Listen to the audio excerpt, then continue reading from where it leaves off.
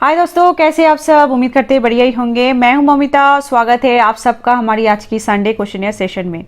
जैसे कि सबको पता ही है कि मैं इंस्टाग्राम पे ज़्यादा अवेलेबल रहती हूं, तो जो भी आपका सवाल है आप मुझे डीएम कर सकते हैं इंस्टाग्राम पे, और जिनका मैं जवाब नहीं दे पाती हूँ जनरली मैं अपने क्वेश्चन सेशन में इंक्लूड करती हूँ। और फिर वीडियो के कमेंट तो है ही आपका, जिसमें आप सवाल पूछते रहते हैं और जिसका मैं जवाब देती हूँ इस क्वेश्चन सेशन में। अभी पहले जैसे कि आपको पता ही होगा कि इंस्टाग्राम का जो सवाल है उस पर चर्चा करेंगे, इसके बाद फिर वीडियो के कमेंट में आपका जो सवाल है आया था उस पर चर्चा करेंगे। तो चलिए अभी इंस्टाग्राम का सवाल ले लेते हैं।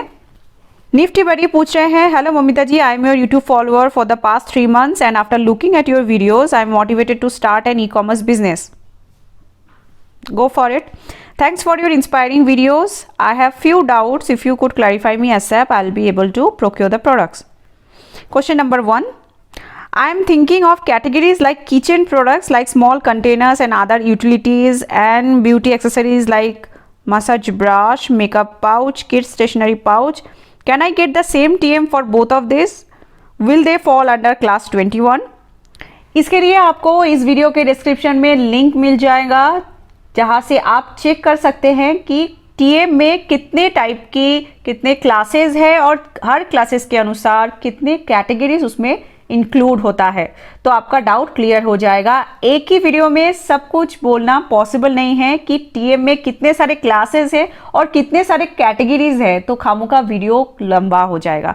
तो इसके लिए आप इस वीडियो के डिस्क्रिप्शन में आपको लिंक मिल जाएगा, लिंक से जाके आप क्लियरली देख सकते हैं जो भी कैटेगरीज का प्रोडक्ट आप लिस्ट करना चाहेंगे आपको वहां से पता चल जाएगा।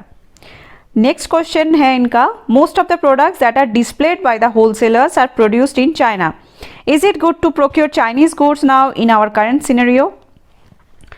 तो देखिए, ऐसे अगर यूनिक प्रोडक्ट्स आप ढूंढ रहे हैं जो इंडियन मैन्युफैक्चरर करेंटली नहीं बना रहे हैं, तो फिर आप बाहर से इंपोर्ट करा सकते हैं। और इसके लिए सिर्फ चाइना ही क्यों, और भी बहुत सारे कंट्रीज हैं जो जहां से आप प्रोडक्ट इंपोर्ट करा सकते हैं। ठीक है, ऐसे अगर यूनिक प्रोडक्ट्स है और आप इंडियन मैन्युफैक्चरर से नहीं आपको मिल रहा है, तो पहला स्टेप यही होगा कि आप पहले इंडियन मैन्युफैक्चरर से देखिए। अगर आपको प्रोडक्ट मिल जाएगा तो पहले इंडियन मैन्युफैक्चरर को ही कंसीडर करें। इसके बाद अगर कोई यूनिक प्रोडक्ट ऐसे आप ढूंढ रहे हैं जो इंडियन मैन्युफैक्चरर नहीं बना रहे हैं, तो फिर आप बाहर से इंपोर्ट करा सकते हैं। नेक्स्ट क्वेश्चन है, उपेंद्र नगर पूछ रहे हैं, मैम फॉर एग्जाम्पल मैं एक सेलर हूँ और मैंने इजी शिप से कुरियर करना है, देन मेरे ऑर्डर आने पर मुझे कितना टाइम मिलेगा उसको पैक करने के लिए? देखिए, टाइम यहाँ पे आप डिसाइड करते हैं, ना कि इजी शिप वाले। ठीक है, तो आप जब प्रोडक्ट लिस्ट करते हैं उसमें हैंडलिंग टाइम आप कितने दिन डाले हैं उसके ऊपर डिपेंड करता है। इन जनरल अगर आप हैंडलिंग टाइम में कुछ नहीं भरे हैं तो 1 to 2 days में आपको डिस्पैच करना ही होता है।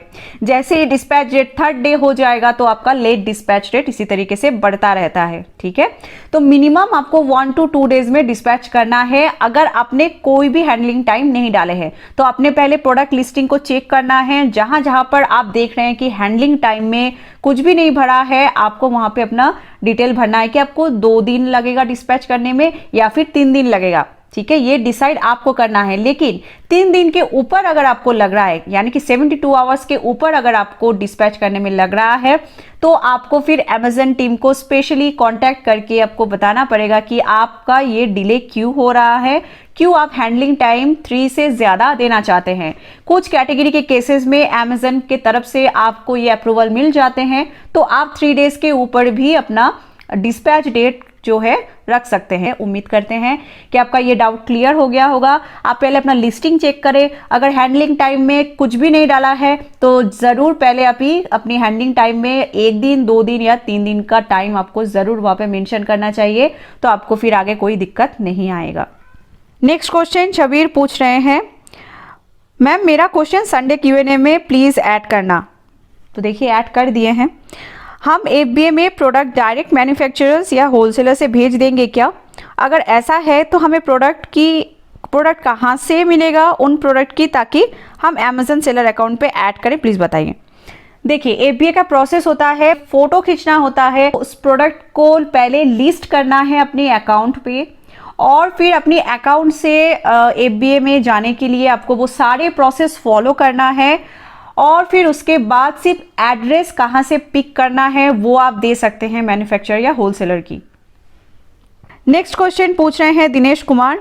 हेलो मैडम, मेरा कुछ सवाल है, प्लीज़ उसका आंसर देना। पहला सवाल है कि GTN एग्जेम्पशन हर प्रोडक्ट के लिए अलग अलग लेना होता है क्या? और दूसरा सवाल है कि प्रोडक्ट इंपोर्टेड होते हैं और जो इंडिया में बने होते हैं, लेकिन उन प्रोडक्ट पर अन ब्रांड के नाम होते हैं और लोकल मार्केट में आसानी से मिल जाते हैं होलसेल की दुकान पर, वो प्रोडक्ट अमेज़न पर जाकर सेल कर रहे हैं, तो क्या मैं भी प्रोडक्ट को सेल कर सकता हूँ GTN एग्जेम्पशन लेकर, या उन प्रोडक्ट के नाम से? मैं किचन कैटेगरी से स्टार्ट करना चाहता हूँ फॉर सेलिंग। तो GTN एग्जेम्पशन हर प्रोडक्ट पे नहीं होता है, हर अलग अलग प्रोडक्ट कैटेगरीज पे आपको GTN एग्जेम्पशन लेना पड़ता है अपने ब्रांड नेम पे। और अगर आप ऐसे प्रोडक्ट देख रहे हैं जो जेनरिक हो, जो इंपोर्ट किया गया हो, लेकिन उस पर कोई ब्रांड नेम नहीं हो, तो आसानी से आप अपनी ब्रांड नेम पे सेल कर सकते हैं।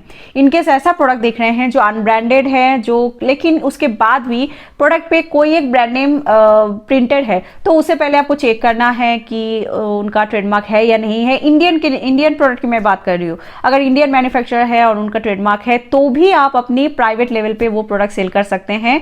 इसके लिए आपको ब्रांड पैकेजिंग क्रिएट करना है और आप इस तरीके से सेल कर सकते हैं। अगर ऐसी आइटम है जो इंपोर्टेड है, फिर भी उस पे ब्रांड नेम प्रिंटेड है, किसी चाइना का ब्रांड नेम प्रिंटेड है सपोज, तो भी आप अपनी प्राइवेट लेवल पे उसे सेल कर सकते हैं अपनी ब्रांड की पैकेजिंग के माध्यम से। तो यही था आप इंस्टाग्राम पे सवाल जो मैं लास्ट वीक पे रिप्लाई नहीं कर पाई थी, उसे मैंने इस वीक के संडे क्वेश्चन सेशन में इंक्लूड कर दी हूँ। और जो भी आप सवाल मुझे DM करना चाहते हैं तो आप इंस्टाग्राम पे DM कर दीजिए, मैं जनरली वहाँ पे अवेलेबल रहती हूँ, तो आपको जल्दी जवाब मिल जाएगा। तो चलिए अभी वीडियो के कमेंट पे चर्चा करते हैं क्या क्या सवाल आपका आया है। तो पहला सवाल है अनसाइनी पूछ रहे हैं, hello ma'am, your every advice is very helpful, thank you so much. I want to ask that क्या UPC कोड से अमेजन पर प्रोडक्ट लिस्ट करना लीगल होता है और लिस्टिंग के टाइम अपने ब्रांड नेम शो कर सकते हैं?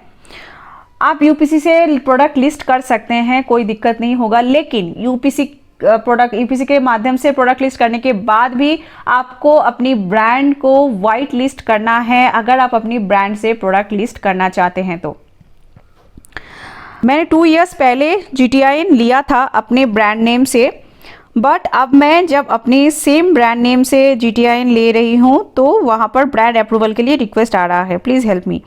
तो आपने चाहे कभी GTN अप्रूवल लिए होंगे, लेकिन अभी प्रोसेस चेंज हो गया है। GTN अप्रूवल के साथ साथ आपको एक और स्टेप करना पड़ता है जहाँ पे आपको ब्रांड पैकेजिंग भी अमेजन पे सबमिट करना पड़ता है अगर आप ब्रांड नेम पे अपना प्रोडक्ट लिस्ट करना चाहते हैं। तो GTN एग्जेम्पशन आप आज ले रहे हैं या फिर पहले आप ले चुके हैं, आपको GTN एग्जेम्पशन के साथ साथ ये ब्रांड पैकेजिंग भी आपको अमेजन पे देना होगा, तभी जाके आप अपनी ब्रांड नेम को अप्रूव करा पाएंगे अमेजन से।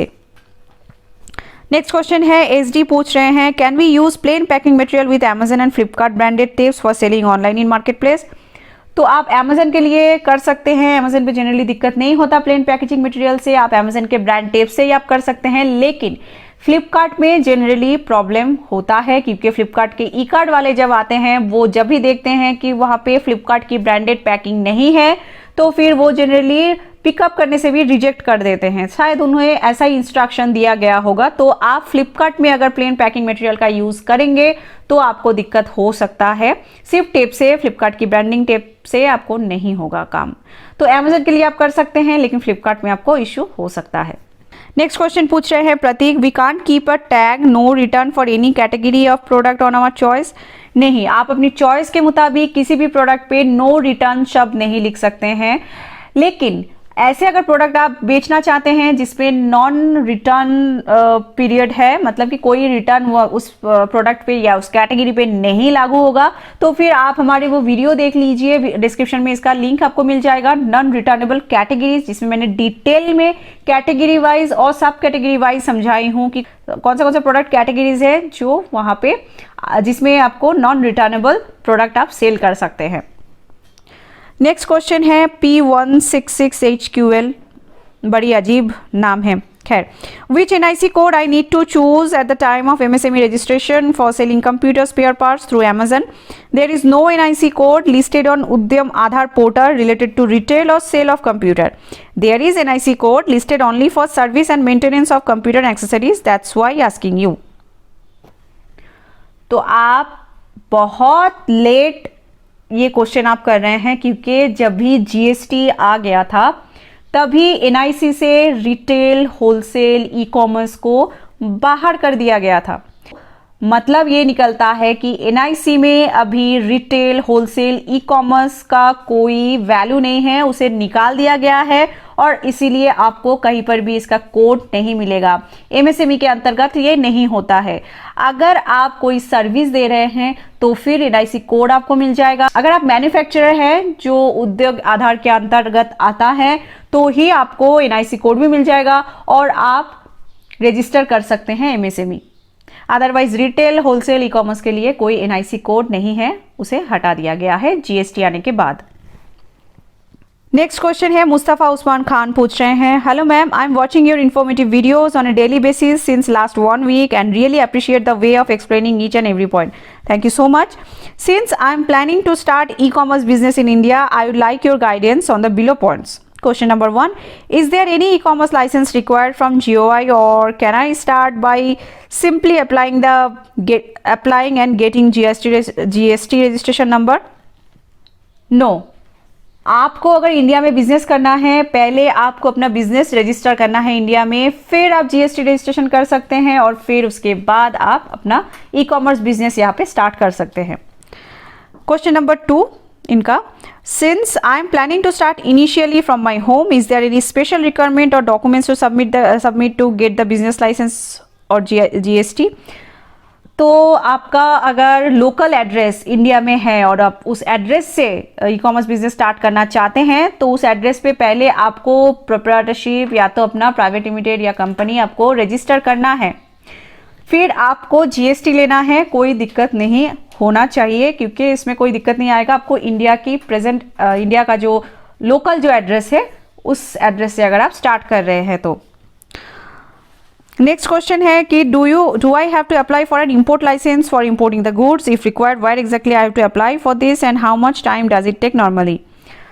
इंपोर्ट के लिए ऑब्वियसली आपको आईसी चाहिए, इंपोर्ट एक्सपोर्ट कोड, जिसके माध्यम से आप किसी भी कंट्री से इंडिया में इंपोर्ट करा सकते हैं। और जीएसटी तो आप पहले ही बोले हैं, मैं भी आपको बता रही हूँ, जीएसटी तो चाहिए ही होगा। आपको पहले बिजनेस रजिस्ट्रेशन करना है, फिर जीएसटी लेना है, फिर आईसी लेना है, तो इससे आपका काम हो जाएगा। आप इंपोर्ट करा के आराम से ई कॉमर्स बिजनेस स्टार्ट कर सकते हैं इंडिया में।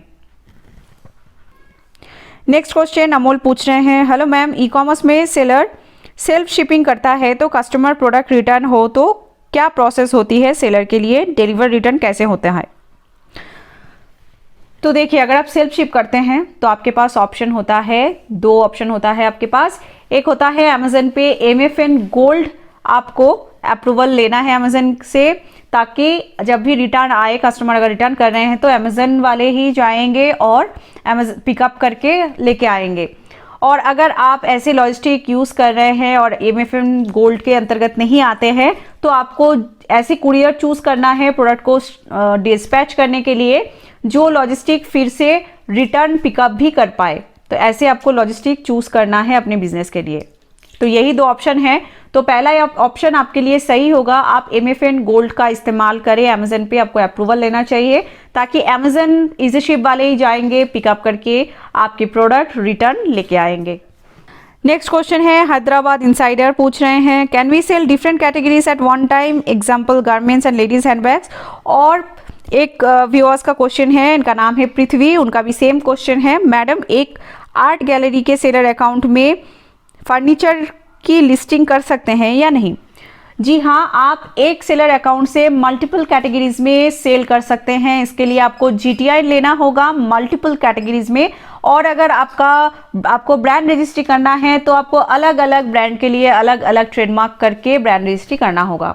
इतना ही प्रोसेस है। लेकिन अगर आप GTI से ही करना चाहते हैं तो GTI आपको अप्रूवल हर वो अलग अलग मल्टीपल कैटेगरी के लिए लेना पड़ेगा। ठीक है, तो आप कर सकते हैं, एक ही सेलर अकाउंट से मल्टीपल कैटेगरीज कर सकते हैं। लेकिन यहाँ पे मैं बता दूं, न्यू सेलर हमेशा गलतियां ये करते हैं कि एक सेलर अकाउंट से एक कैटेगरी सेल करते हैं, फिर उसके लिए दूसरा एक सेलर अकाउंट ओपन करने की कोशिश करते हैं दूसरे प्रोडक्ट कैटेगरी के लिए। ये बहुत खतरनाक होता है। आप जैसे ही डुप्लीकेट अकाउंट बनाएंगे अपनी बिजनेस के लिए, वैसे ही आपका दोनों अकाउंट ही बंद हो जाएगा। तो इसके लिए क्लियर कट एकदम सिंपल लैंग्वेज में यही है कि आपका एक ही सेलर अकाउंट होना चाहिए और एक ही सेलर अकाउंट से मल्टीपल कैटेगरीज में आप सेल करें। नेक्स्ट क्वेश्चन हेमंत अरोड़ा पूछ रहे हैं, मैडम सेविंग अकाउंट भी वैलिड है क्या? सेविंग अकाउंट ई कॉमर्स के लिए तभी वैलिड होता है जब आप प्रोप्राइटरशिप आपका अगर है और बिजनेस नेम भी आपके नेम से है, तभी सेविंग अकाउंट जो आपके नाम पे होता है वही वैलिड होगा।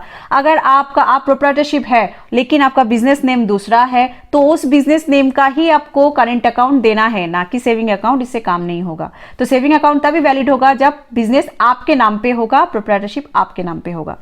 बाकी किसी भी कंपनी या प्राइवेट लिमिटेड किसी भी बिजनेस रजिस्ट्रेशन में आपको करंट अकाउंट ही चाहिए होगा। नेक्स्ट क्वेश्चन है सुतापा डिंडा पूछ रहे हैं, my product category is handmade jewellery, what is my product tax code? Product tax code के लिए आप इस वीडियो के डिस्क्रिप्शन में इसका लिंक आपको मिल जाएगा। वीडियो में मैं क्लियरली डिटेल में बताई हूँ प्रोडक्ट टैक्स कोड कैसे ढूंढना है अपने प्रोडक्ट के लिए, तो वो वीडियो एक बार जरूर देख लीजिए। आपको अपनी प्रोडक्ट के लिए और भी दूसरे प्रोडक्ट का भी अगर प्रोडक्ट टैक्स कोड आपको जानना है, आपको आसानी से समझ आ जाएगा, आप चेक कर पाएंगे। नेक्स्ट क्वेश्चन है भीषम चौहान पूछ रहे हैं, हेलो मैम अगर किसी प्रोडक्ट का जीएसटी बिल है हमारे पास, फिर चाहिए वो प्रोडक्ट फेक ही क्यों ना हो, तो क्या हम उसका अपने स्टोर पे पेड प्रमोशन कर सकते हैं? इसका कोई लीगल इशू तो नहीं होगा?